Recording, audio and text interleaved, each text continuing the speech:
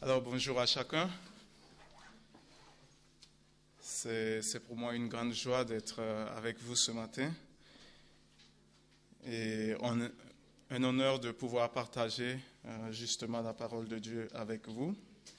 Ce matin, on aura une réflexion sur la prière qui est un sujet très important de la vie chrétienne. Et si jamais je dis des choses pour lesquelles vous n'êtes pas d'accord, c'est sans doute vous qui avez raison. Donc, voilà, pour commencer. La prière, qu'est-ce que c'est? On sait tous que de tous les sujets qui ont trait à la vie chrétienne, si celui de la prière est l'un des plus importants, sinon le plus important, il est aussi l'un des mal compris, tant du monde chrétien que du monde non chrétien. Pour les incroyants, pour ceux qui ne croient pas en Dieu, en Jésus-Christ, comme l'a dit Alfred de Vigny, prier, pleurer, gémir sont une lâcheté. Donc, pour lui, la prière serait donc une lâcheté. Alors, pourquoi ces divergences? Parce que les gens ont oublié quelque chose de très important sur la prière. Ils ont une idée faussée. Ils ignorent la nature, le but et la valeur et la puissance de la prière. La prière est puissante. Par prière, beaucoup comprennent quelques mots marmottés avec rapidité, tellement vite qu'ils ne sont compris ni de celui qui les prononce, ni bien sûr de celui à qui ils sont adressés. La prière est aussi quelques phrases imprimées qu'on lit machinalement.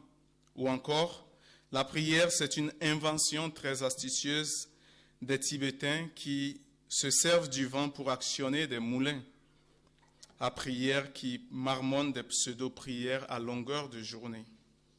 C'est la récitation pour certains des sourates du Coran dans une langue l'arabe que la plupart ne comprennent pas. La prière pour certains, c'est la répétition inlassable du Notre Père qui est aux cieux, Notre Père qui est aux cieux, à réciter 20 ou 100 fois par jour ou avant d'aller se coucher pour se donner bonne conscience. Pour d'autres, c'est ordonner à Dieu de s'exécuter, se réclamant donc de prier avec autorité. Et finalement, pour certains, prier,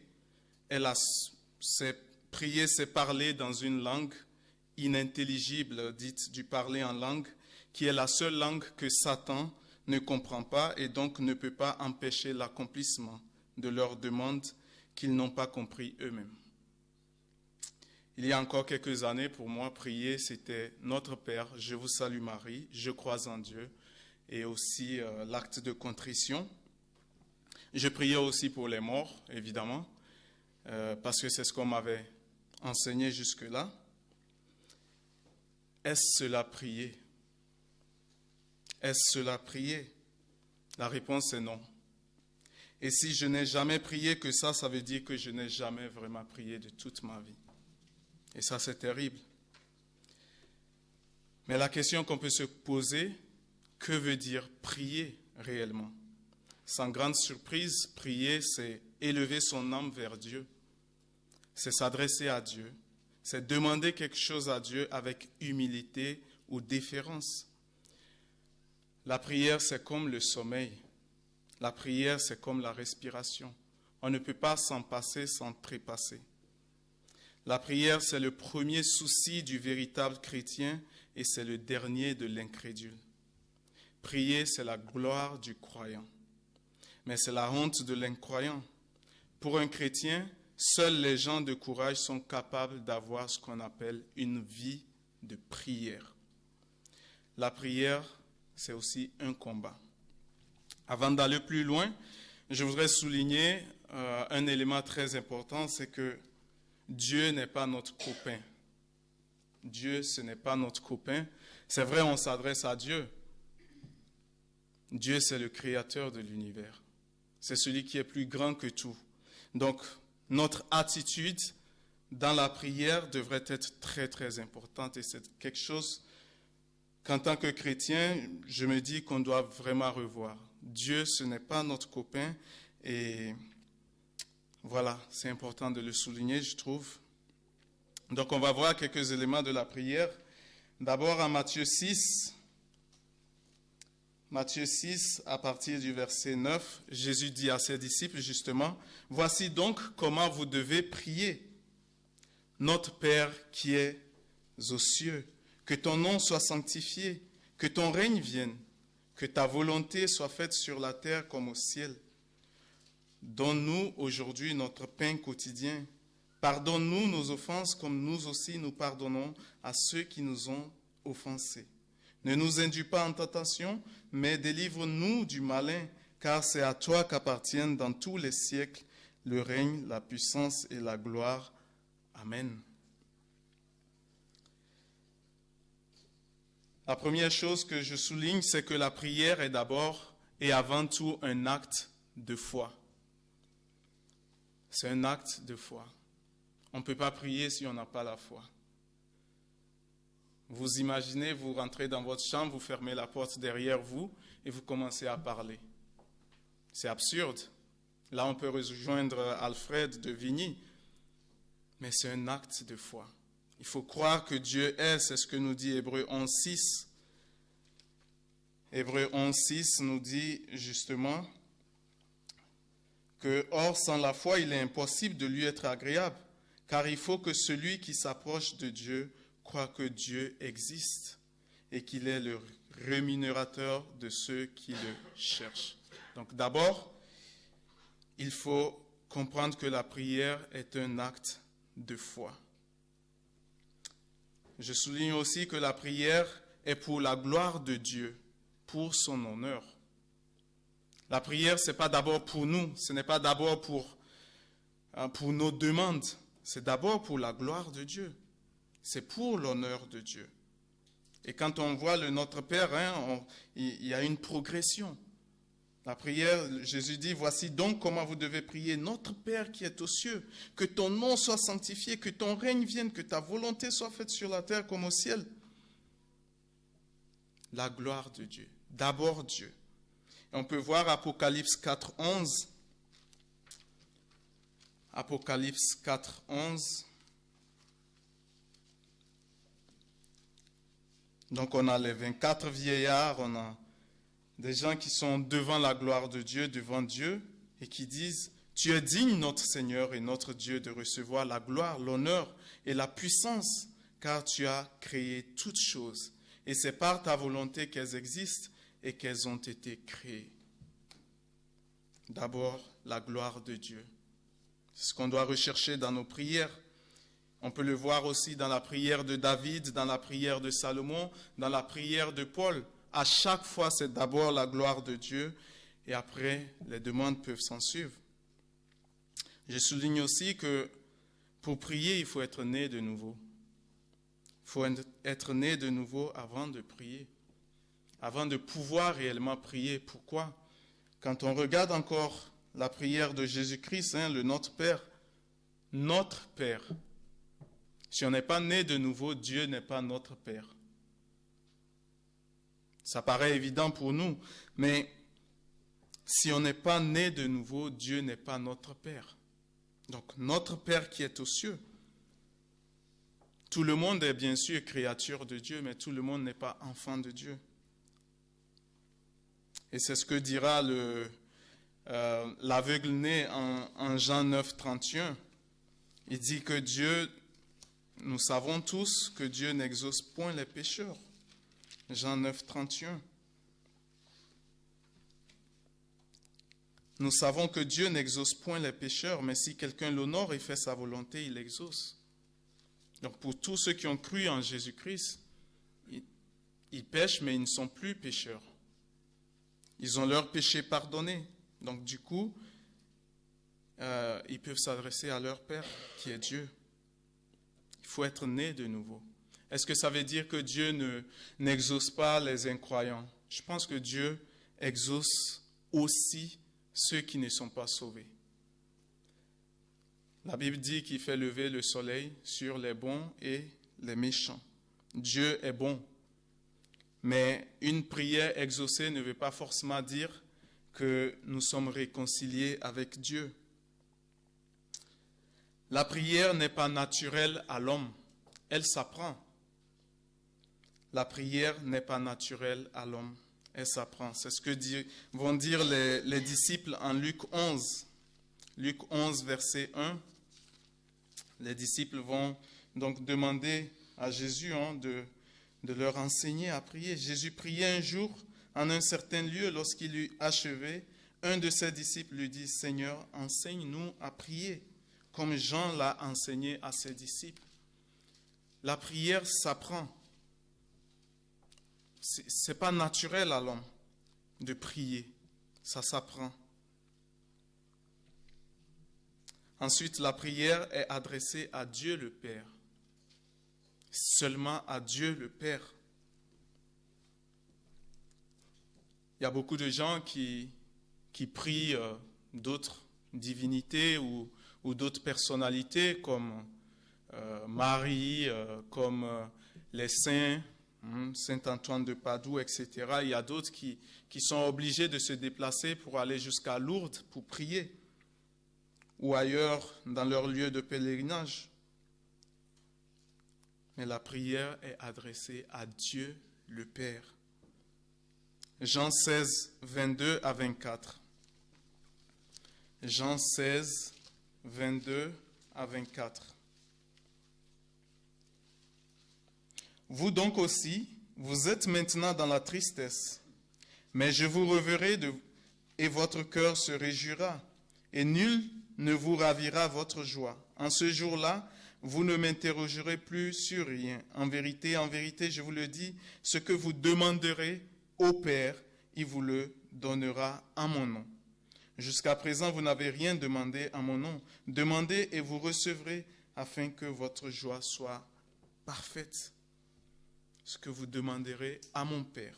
Donc la prière, elle est adressée à Dieu le Père. Et on peut voir aussi Romains 1, 8, l'apôtre Paul qui adresse des prières justement pour l'église de Rome. Je rends d'abord grâce à mon Dieu par Jésus-Christ au sujet de vous tous. Donc il rend grâce à qui? À Dieu le Père par Jésus-Christ. Quelqu'un va dire, bon, quand on voit Pierre qui marche sur l'eau et qui veut vaciller, il prie le Seigneur Jésus, oui. Ou le brigand sur la croix, souviens-toi de moi. Ou Étienne avant sa mort, Seigneur Jésus, reçois mon esprit. Ce sont des exceptions. La prière, elle est adressée à Dieu le Père. Et la prière, ensuite, elle est faite au nom de notre Seigneur Jésus-Christ. Il faut savoir que ce n'est pas une formule. Ce n'est pas juste une formule de dire que nous prions au nom du Seigneur Jésus-Christ. C'est encore une fois un acte de foi. Jean 14, 13 à 14. Jean 14, 13 à 14. Et tout ce que vous demanderez en mon nom, je le ferai, afin que le Père soit glorifié dans le Fils. Si vous demandez quelque chose en mon nom, je le ferai. Pourquoi la prière doit être faite au nom du Seigneur Jésus-Christ? La réponse, elle est très simple. Qui suis-je, moi, pour m'adresser à Dieu? Qui êtes-vous pour vous adresser à Dieu? Personne, des pécheurs. On le voit en Ésaïe 6, Dieu est saint, même les séraphins qui disent Saint, Saint, Saint, et tout l'endroit est en train de trembler à cause de la sainteté de Dieu. Qui suis-je, moi, pour ouvrir ma bouche et m'adresser à Dieu le Père? Je ne suis personne, pécheur. Je ne peux en aucun cas m'adresser à Dieu si ce n'est à cause de Jésus-Christ, donc au nom de Jésus-Christ. Au nom de Jésus-Christ. Qui suis-je pour faire une demande à Dieu et dire, Seigneur, fais ça, fais ça, fais ça, fais ça pour moi? Pourquoi? Le Seigneur, il ne me doit rien. Au contraire, c'est nous qui devons à Dieu. Le Seigneur ne me doit absolument rien. On peut le voir dans les prières de Paul aussi, qui fait des prières au nom du Seigneur Jésus-Christ. On peut prendre juste un seul exemple en Éphésiens 5, 20. Éphésiens 5, 20. Rendez continuellement grâce à Dieu le Père pour toutes choses au nom de notre Seigneur Jésus-Christ. Clairement. Clairement. Donc ce n'est pas juste une formule et ça ne devrait pas être une formule, ça doit être un acte de foi. La prière est faite avec humilité. La prière est faite avec humilité. On a l'exemple de deux hommes qui montent au temple, l'un pharisien et l'autre publicain. Et le pharisien, il dit qu'il donne sa dîme, il n'est pas comme le publicain, il jeûne 3 fois la semaine, etc. Et on a à côté le publicain qui se frappe la poitrine, il n'ose même pas lever les yeux vers le ciel. Il dit, sois apaisé envers moi, qui suis un pécheur. Et Jésus dit que le publicain est rentré justifié. Et le pharisien, pas du tout. Pas du tout. Avec humilité, Luc 22, 41, on a l'exemple ici de notre Seigneur Jésus-Christ. Luc 22, 41.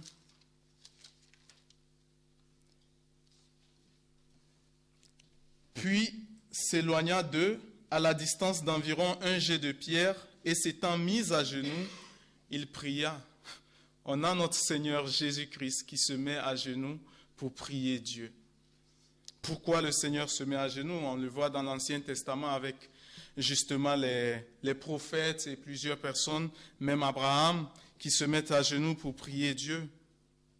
C'était une reconnaissance que Dieu est le roi des rois. Il y avait cette forme d'humilité, les gens se mettaient à genoux devant le roi pour dire que tu es plus grand que moi. Combien de fois nous nous humilions devant Dieu? Est-ce que ça veut dire qu'à chaque fois que nous prions, nous devons nous mettre à genoux? Je ne pense pas. Mais de temps en temps, ça ne fait aucun mal de se mettre à genoux et de prier notre Dieu avec humilité. Et Jésus-Christ a donné l'exemple. Apocalypse 19, 4. Et là, ce n'est plus Jésus-Christ. Apocalypse 19, verset 4. Et les 24 vieillards et les 4 êtres vivants se prosternèrent et adorèrent Dieu, assis sur le trône en disant Amen, Alléluia. La prière se fait avec humilité. La prière se fait en tout temps et avec beaucoup d'actions de grâce. Bien souvent, on se dit, pourquoi est-ce que je vais prier Dieu? Pourquoi? J'ai réfléchi à ça et je me suis rappelé du perclus qui se tenait devant le temple, la porte du temple Label en acte 3. En acte 3, on a cet homme qui mendie devant le temple et Pierre et Jean viennent et ils disent, regarde-nous. Il les regarde et il dit, je n'ai ni or ni argent. Ce que j'ai, je te le donne au nom du Seigneur Jésus-Christ. Lève-toi et marche. Et après, on retrouve cet homme qui est justement dans le temple et qui est en train de sauter, qui est en train de louer Dieu. Pourquoi il loue Dieu? À cause de ses 2 pieds. Est-ce qu'on loue Dieu à cause de nos 2 pieds? De nos 2 mains? De nos 2 yeux? Est-ce qu'on loue Dieu à cause de nos oreilles? D'un cerveau qui fonctionne encore? Des yeux qui voient? J'étais en visite au Luxembourg le mois dernier et je vais dans, je ne sais plus si ça se dit, dans une maison de retraite pour éviter, dans une maison de retraite et donc il y a celui que je visite régulièrement qui dit il s'est fait piquer ses lunettes et il a dû dépenser 2300 € pour qu'on lui refasse une nouvelle monture de nouvelles lunettes. Nous, on a 2 yeux, on ne paie rien, On a des dents. On a une langue qui peut encore goûter, qui peut savourer des choses. Il y a des gens qui ne peuvent plus savourer ces choses-là. Est-ce qu'on est reconnaissant à Dieu pour une santé parfaite? Nous avons plusieurs raisons pour lesquelles nous pouvons adorer Dieu. Nous pouvons prier Dieu.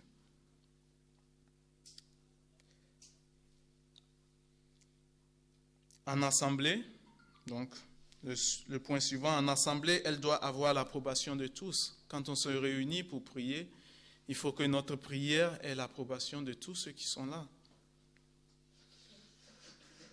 On peut prendre un exemple, juste un exemple, en 1 Corinthiens 14, verset 16. 1 Corinthiens 14, verset 16.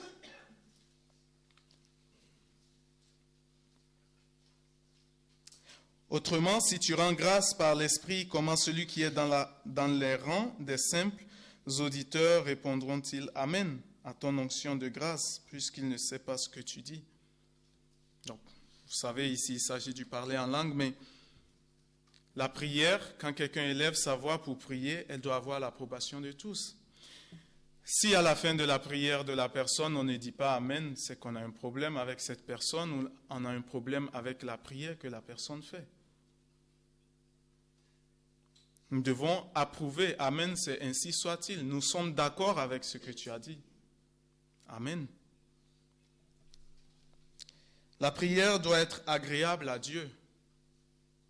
On ne prie pas seulement pour prier, mais la prière, elle doit être vraiment agréable à Dieu. Et c'est très important parce qu'elle est adressée à Dieu, justement. Donc, elle doit être agréable à Dieu. On peut prendre 1 Roi, chapitre 3. On a là la prière de Salomon, 1 Roi chapitre 3, 9 à 10. Il est dit, accorde donc à ton serviteur un cœur intelligent pour juger ton peuple, pour discerner le bien et le mal. Car qui pourrait juger ton peuple, ce peuple si nombreux? Verset 10, cette demande de Salomon plut au Seigneur. La demande de Salomon plut au Seigneur. Est-ce que notre prière plaît-elle à Dieu? On a un deuxième exemple en 1 Timothée, donc dans le Nouveau Testament. 1 Timothée chapitre 2, 1 à 4. J'exhorte donc avant toute chose à faire des prières, des supplications, des requêtes, des actions de grâce pour tous les hommes, pour les rois et pour tous ceux qui sont élevés en dignité, afin que nous menions une vie paisible et tranquille en toute piété et honnêteté. Cela est bon et agréable devant Dieu notre Sauveur, qui veut que tous les hommes soient sauvés et parviennent à la connaissance de la vérité. Il est verset 3, cela est bon et agréable devant Dieu notre Sauveur. Et je me suis posé la question, bon, si cela est agréable à Dieu, comment est-ce que je peux prier pour tous les hommes? C'est un projet qui peut prendre 1000 ans de vie. Je veux dire, si aujourd'hui nous sommes 8 milliards d'habitants et que je dois noter les noms des 8 milliards d'habitants, ça va être difficile de prier pour tous les hommes. Mais c'est possible de prier pour tous les hommes. C'est possible de prier pour tous les hommes. J'ai pu résoudre ce problème personnellement en écoutant la radio. Radio France Internationale, j'écoutais depuis, il y a longtemps de cela. Et il y avait une émission qui s'appelait 7 milliards de voisins. Donc à l'époque où on était 7 milliards. Je dis, ok, 7 milliards de voisins, ça veut dire que déjà nous sommes tous voisins. Et ouais, pourquoi est-ce que je ne pourrais pas prier pour mes 8 milliards de voisins? Je ne les connais pas tous, mais je peux prier pour tous. Je peux prier pour tous les hommes, dans ce sens-là. Donc elle doit être agréable à Dieu. Il faut noter aussi que la prière est un combat. La prière est un combat. On le voit déjà en Luc, Luc 18, avec notre Seigneur et les disciples. Luc 18, verset 1. On a d'abord Jésus leur adressa une parabole pour montrer qu'il faut toujours prier et ne point se relâcher. Ne point se relâcher, c'est une question de persévérance. C'est un combat parce que naturellement, on n'aime pas prier. Naturellement, nous n'aimons pas prier. Donc, il faut se surpasser. C'est déjà d'abord un combat contre nous-mêmes, bien sûr. Et on voit plus loin en Colossiens 4. Colossiens 4, verset 2. Colossiens 4, verset 2, il est dit « Persévérez dans la prière, veillez-y avec action de grâce. » Persévérance. C'est un combat parce que nous n'aimons pas persévérer. Et au verset 12, il est dit « Épaphras, qui est des vôtres, vous salue, serviteur de Jésus-Christ. Il ne cesse de combattre pour vous dans ses prières, afin que vous teniez bon comme des hommes faits pleinement disposés à faire toute la volonté de Dieu. » Il y avait Épaphras qui combattait dans la prière pour l'église de Colosse.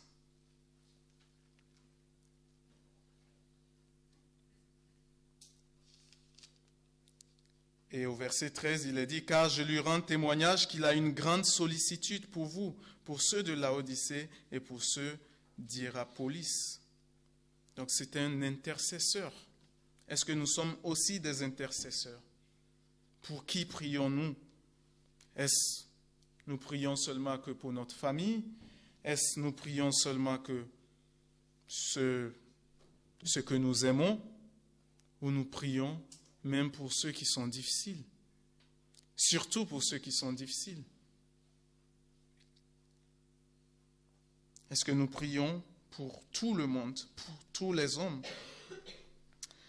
La prière doit le plus souvent être faite pour les autres. C'est aussi quelque chose que je remarque. Nous avons naturellement tendance à prier que pour nous. Que pour nous. Moi, j'aimerais dire, nous n'avons même pas besoin de prier pour nous si nous prions pour les autres. Matthieu 5, 44, il est dit, c'est Jésus qui parle, mais moi je vous dis, aimez vos ennemis, bénissez ceux qui vous maudissent, faites du bien à ceux qui vous haïssent et priez pour ceux qui vous maltraitent et qui vous persécutent. Combien cette parole est difficile. Mais quand on prie pour quelqu'un, croyez-le ou non, c'est vraiment aimer cette personne. Donc s'il y a quelqu'un qui vous persécute, s'il y a quelqu'un que vous n'aimez pas, commencez déjà par prier pour cette personne. Et vous allez voir que vous n'aurez plus de la haine pour la personne. Aucune haine pour cette personne. Commencez par prier pour les personnes qui sont difficiles dans votre entourage. Et cette parole, elle s'adresse aussi à moi. Éphésiens 6, 19, on a l'apôtre Paul qui demande aux Éphésiens de prier pour lui. L'apôtre Paul peut prier pour lui-même. Pourquoi il demande aux Éphésiens de prier pour lui? Et il leur dit qu'il prie pour eux. Il aurait pu choisir de prier que pour lui, et eux aussi ils prient pour eux. Mais il y a une bénédiction dedans, à prier pour les autres. C'est peut-être un mystère qui nous dépasse, mais il y a une grande bénédiction à prier pour les autres qu'à prier que pour nous. Jacques 5, 16. Jacques 5, 16.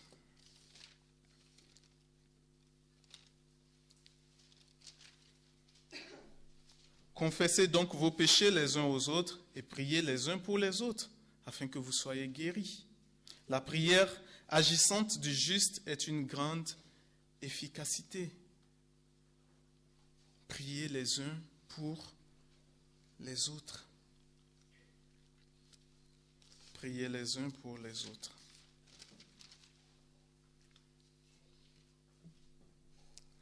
Hébreux 13, 3, il est dit, « Souvenez-vous des prisonniers comme si vous étiez aussi en prison, de ceux qui sont maltraités comme étant aussi vous-même dans un corps. » Comment est-ce qu'on peut se souvenir des prisonniers si ce n'est qu'en priant pour eux? Est-ce qu'on prend le temps de prier pour les prisonniers? Est-ce qu'on prend le temps de prier pour ceux qui sont maltraités? Dans l'Ancien Testament, on voit que le Seigneur a vraiment un souci pour les indigènes, pour les maltraités, pour les étrangers, on le voit régulièrement, pour les pauvres, etc. Est-ce qu'on prie pour ces personnes en situation difficile? On ne le fait pas parce que pour nous, mais on le fait parce que c'est ce que le Seigneur demande et c'est ce que le Seigneur veut. Je note aussi que la prière se fait dans le secret et produit beaucoup de joie. On n'a pas besoin de se mettre, on connaît Matthieu 6, 5 où Jésus dit ne soyez pas comme les pharisiens qui se mettent debout dans les coins des rues pour montrer aux gens qu'ils sont en train de prier, mais de fermer sa porte et de prier dans le secret que notre Père sait. Il sait toutes choses et il voit dans le secret. Et Jean 16, 24, Jésus dit donc de prier pour que notre joie soit parfaite. Jusqu'à présent, vous n'avez rien demandé en mon nom. Demandez et vous recevrez afin que votre joie soit parfaite. Donc on prie pour qu'on ait de la joie. Cette semaine, j'étais en train de mettre à jour ma liste de prières et il y avait un nom pour... Je n'arrivais pas à me rappeler, à me souvenir de ce nom pour le mettre. Et j'étais vraiment agacé. Je n'aime pas ne pas pouvoir me souvenir des choses. Et j'étais vraiment, vraiment agacé. Pendant 30 minutes, je tournais en rond, je voulais me souvenir et je n'arrivais pas. Et tout d'un coup, je me suis rappelé que je pouvais demander à Dieu. Et donc je dis, Seigneur, aide-moi à me souvenir de ce nom. 5 secondes après, je me souvenais de ce nom. Et j'étais vraiment dans la joie en fait. Immensement dans la joie, comme si je venais de gagner au loto. Mais vraiment une joie qui ne s'explique pas. Je veux dire, c'est juste parce que je me suis souvenu d'un nom, c'est rien. Mais j'étais vraiment heureux. Vraiment heureux. La prière n'est pas une récitation ni une information. C'est pas réciter notre Père, notre Père. C'est Jésus qui donne le Notre Père, bien sûr, mais il ne demande pas aux disciples de toujours, tout le temps répéter le Notre Père. Et ce n'est pas non plus une information à Dieu. Oh Seigneur, est-ce que tu sais que Strasbourg n'a jamais gagné, je ne sais pas moi, la Ligue 1. Le Seigneur, il sait. On n'a pas besoin d'informer le Seigneur. On vient pour faire des demandes avec humilité à Dieu. On n'a pas besoin de l'informer que Rodrigue a eu une fracture. Est-ce que tu sais? Il sait, bien sûr. Il sait toutes choses. Notre Seigneur sait. Et le temps de prière, c'est aussi l'occasion de demander pardon à Dieu.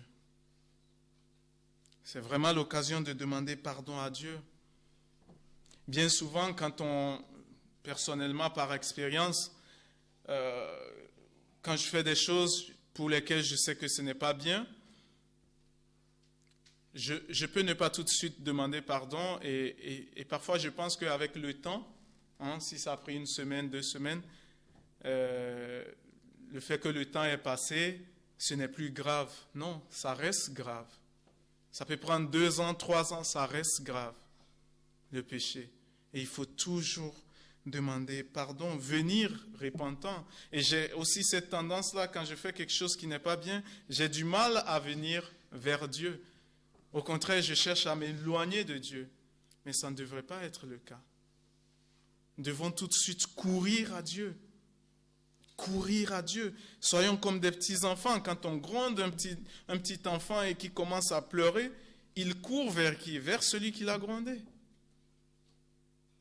vers celui qui l'a grondé. Il court direct. Je dis, mais, ok. Moi, tu me grondes, l'instant d'après, je ne suis plus dans ta présence. C'est clair. Soyons comme des petits enfants. Le temps de prière, c'est aussi le temps de pouvoir demander pardon à Dieu. Et la prière, c'est aussi le champ de bataille du diable. Le champ de bataille du diable. Et on le voit en Luc 22, 40 à 46. Luc 22, 40 à 46. Lorsqu'il fut arrivé dans ce lieu, il leur dit, « Priez afin que vous ne tombiez pas en tentation. » Puis il s'éloigna d'eux à la distance d'environ un jet de pierre, et s'étant mis à genoux, il pria, disant, « Père, si tu voulais éloigner de moi cette coupe, toutefois que ma volonté ne se fasse pas, mais la tienne. » Alors un ange lui apparut du ciel pour le fortifier.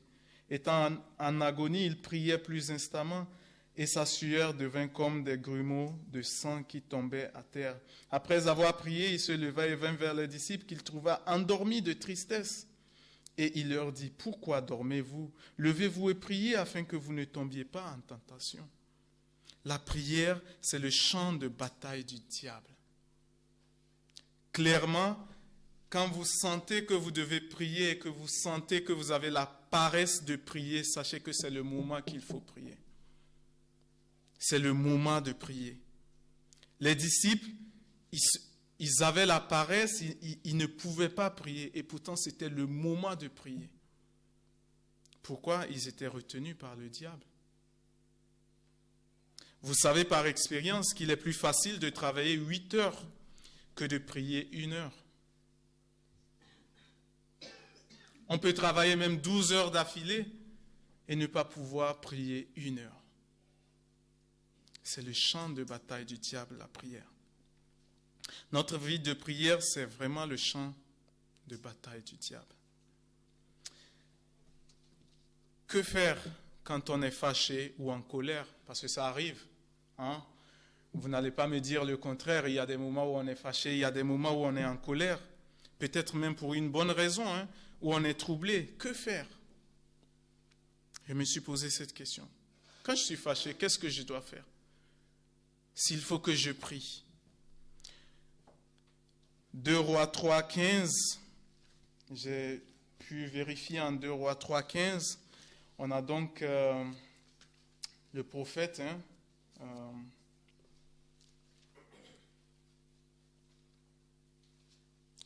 2 Rois 3, 15. Maintenant, donc il s'agit d'Élisée. Hein.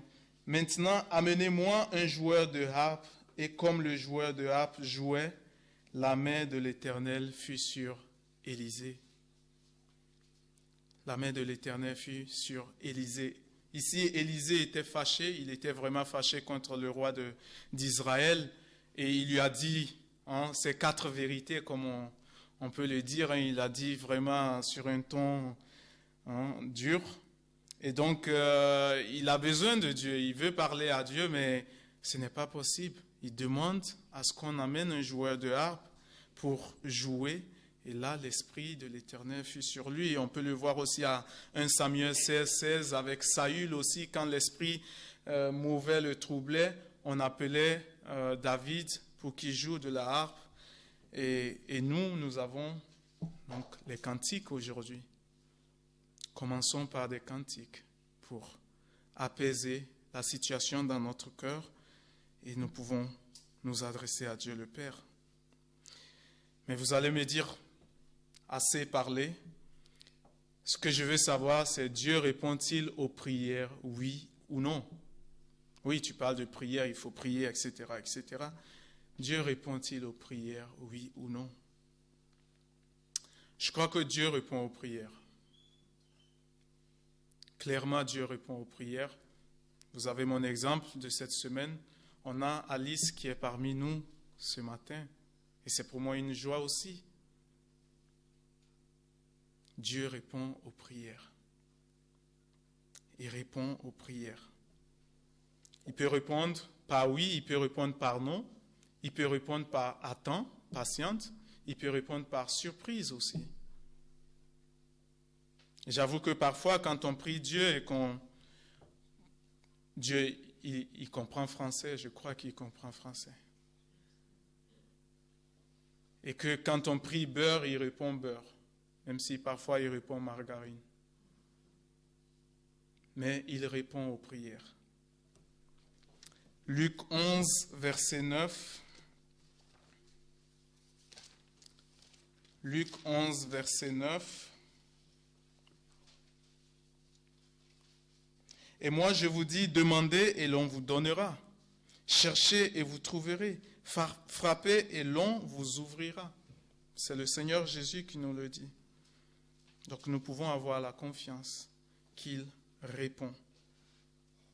Une autre question que je me pose, est-ce qu'aujourd'hui on peut faire des prières d'imprécation? Parce qu'on le voit dans l'Ancien Testament, dans les psaumes surtout, prière d'imprécation, c'est quoi? C'est un retour à l'envoyeur. Quelqu'un me fait quelque chose, ou quelqu'un me veut du mal, que le mal lui retourne, etc. Je le vois aussi dans certaines assemblées, back to sender, fire, etc., tout ce que vous voulez. Ou même on attache Satan, etc., chaque semaine, tous les vendredis soirs, et à chaque fois, je ne sais pas comment il fait pour se détacher, et il faut le rattacher le vendredi suivant. Aujourd'hui, je crois que nous ne pouvons pas faire des prières d'imprécation. On n'a pas besoin de prier pour que le Seigneur fasse du mal à quelqu'un. Ce n'est pas l'esprit de Jésus-Christ. On a l'exemple de Jean et de Pierre, non, de Jean et de Jacques, qui, Jésus voulait passer par la Samarie et ils ont refusé que Jésus passe par la Samarie. Et Jean et Pierre disent, est-ce que tu veux qu'on prie pour que le feu descende du ciel et les consume tous? Jésus a dit, vous ne savez pas de quel esprit vous êtes animés. On ne peut pas faire de prière d'imprécation aujourd'hui. Et quelqu'un peut dire, bon, moi je ne sais pas prier. Voilà déjà un sujet de prière. Seigneur, enseigne-moi à prier. Enseigne-moi à prier. Et je termine par, la prière change les situations. La prière change les situations. L'un des modèles de la foi était Élie. En 1 Roi 18, on voit Élie qui demande donc avec les prophètes de Baal qui ont prié, etc., du matin jusqu'à midi, il n'y a rien eu, etc. Et donc, Élie fait le sacrifice est consumé par notre Dieu, et Élie monte à la montagne pour prier, pour que la pluie tombe. Et donc, Élie monte au sommet du Carmel dans la prière, et il devra prier 7 fois. Il a prié 7 fois ce jour. À moins que nous ne prions dans un esprit nouveau et avec de forces nouvelles, nous ne connaîtrons pas la vraie bénédiction. Si nous ne mettons pas notre tête entre nos genoux comme Élie, nous n'aurons pas la bénédiction de Dieu. Ce qu'il nous faut réapprendre, c'est l'art sacré et difficile de la prière. J'avoue que la prière, c'est difficile. Il n'y a pas de substitut pour la prière. Il est plus important de parler aux hommes, à Dieu, que de parler de Dieu aux hommes. Il faut vaincre avec Dieu avant de vaincre devant les hommes. On le voit avec David, qui a vaincu avec Dieu dans le secret. Et le jour où il s'est présenté devant Goliath, il leur a expliqué. Le lion, l'ours, c'était dans le secret. Personne ne le savait. Il faut combattre d'abord avec Dieu avant de combattre ou de vaincre les hommes. Le grand prédicateur anglais Charles Spurgeon a dit « Mieux vaut parler 1 heure à Dieu et 10 minutes aux hommes que de parler 10 minutes à Dieu et 1 heure aux hommes. » La prière qui doit jaillir de notre cœur, ce n'est pas « Seigneur, apprends-moi à prêcher », mais « apprends-moi à prier ». Quand Jonathan Edwards, le grand prédicateur américain, un dimanche, est monté en chair pour prêcher, son vaste auditoire a senti ce jour-là qu'il allait se passer quelque chose. À la lumière tremblotante des torches, Jonathan Edwards a lu un sermon mémorable intitulé « Des pécheurs entrent les mains d'un Dieu courroucé. Il n'est pas arrivé à la moitié de sa prédication que tout son auditoire s'est jeté à genoux. Certains hommes s'accrochant aux piliers du temple, croyant que la fin du monde était arrivée. Mais ce que l'on savait beaucoup moins, c'est que pendant 3 jours, Jonathan Edwards, dans une prière agonisante, avait crié vers Dieu et dit « Ô Dieu, donne-moi la Nouvelle-Angleterre. Ô Dieu, donne-moi la Nouvelle-Angleterre. » Pendant 3 jours avant, il a jeûné, il a prié, il était dans la prière, dans le combat. Et quand il a commencé sa prédication, il n'est pas arrivé à la moitié que les gens se sont convertis, les gens se sont retournés vers Dieu. Et Dieu lui avait donné la Nouvelle-Angleterre et il y a eu un réveil extraordinaire en Angleterre. Jacques, dans son épître, nous parle du prophète Élie, mais il n'y est pas question du grand prophète d'Israël. De l'histoire des corbeaux, il n'y est pas question de la résurrection du fils de la veuve, ni de la traversée du Jourdain, ni d'aucun de 7 grands miracles accomplis par le prophète.